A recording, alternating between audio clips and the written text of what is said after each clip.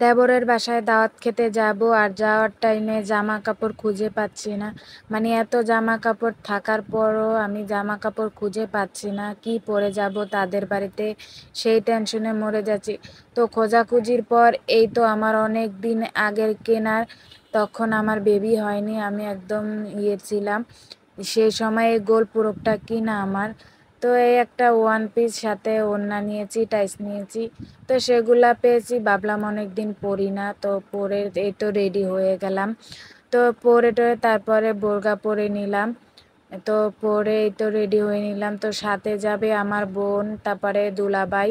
তো তারা আমাদের বাসায় বেড়াতে আসে, তো সেও ছিল, এখন তাদেরকেও দাওয়াত দিয়েছে আমার দেবর। তো সাথে আমরাও যাচ্ছি। তো এদিকে আমার মেয়ে একদম ঘুমিয়ে লাট হয়ে পড়ছে। তো তার মানে আমার বোনের কোলে দিয়ে দিলাম। আর এদিকে রিক্সার জন্য অপেক্ষা করতেছিলাম, কখন রিক্সা আসবে, রিক্সা দিয়ে চলে যাব। তো আমাদের বাসা থেকে একটুই দূরে, তো সেখানে মানে 40 টাকা ভাড়া যেতে।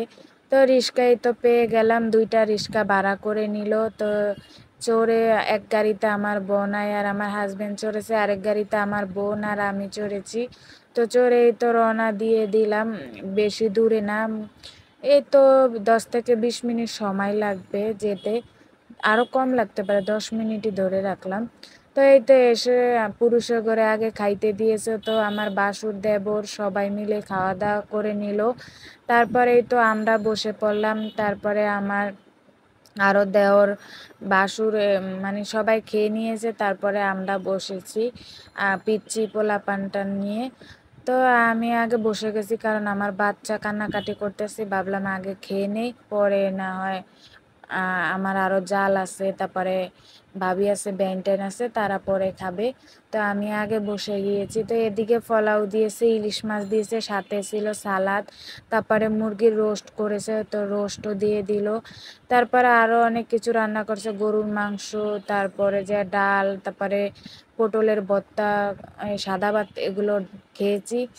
খাওয়াটা শেষে এই তো মজো খেয়ে তারপরে একটু বাইরে বের হলাম, মানে ঘরের ভিতরে একদম গরমে অস্থির হয়ে গিয়েছে, ভাবলাম বাইরে একটু হাওয়া বাতাস খাই। তো আমার দেবরের বাসার পাশে অনেক জায়গা, সেখানে মানে সামনে অনেক জায়গা, তো সেখানে ভাবলাম একটু ঘোরাফেরা করি। তো এই তো ঘোরাটোরা শেষ করে আবার রওনা দিয়ে দিলাম বাড়ির উদ্দেশ্যে, খাওয়া দাওয়া শেষ করে। তো আমার বাচ্চা অনেক কান্নাকাটি করতেছিল, ভাবলাম বাসায় চলে যাই, গরমের ভিতরে এখানে না থাকাটাই বেটার। তো একটা রিক্সা ভাড়া করে এই তো বাসায় চলে আসলাম। তো সবার কাছে ভিডিওটা কেমন লাগছে অবশ্যই কমেন্ট করে জানাবেন। সবাই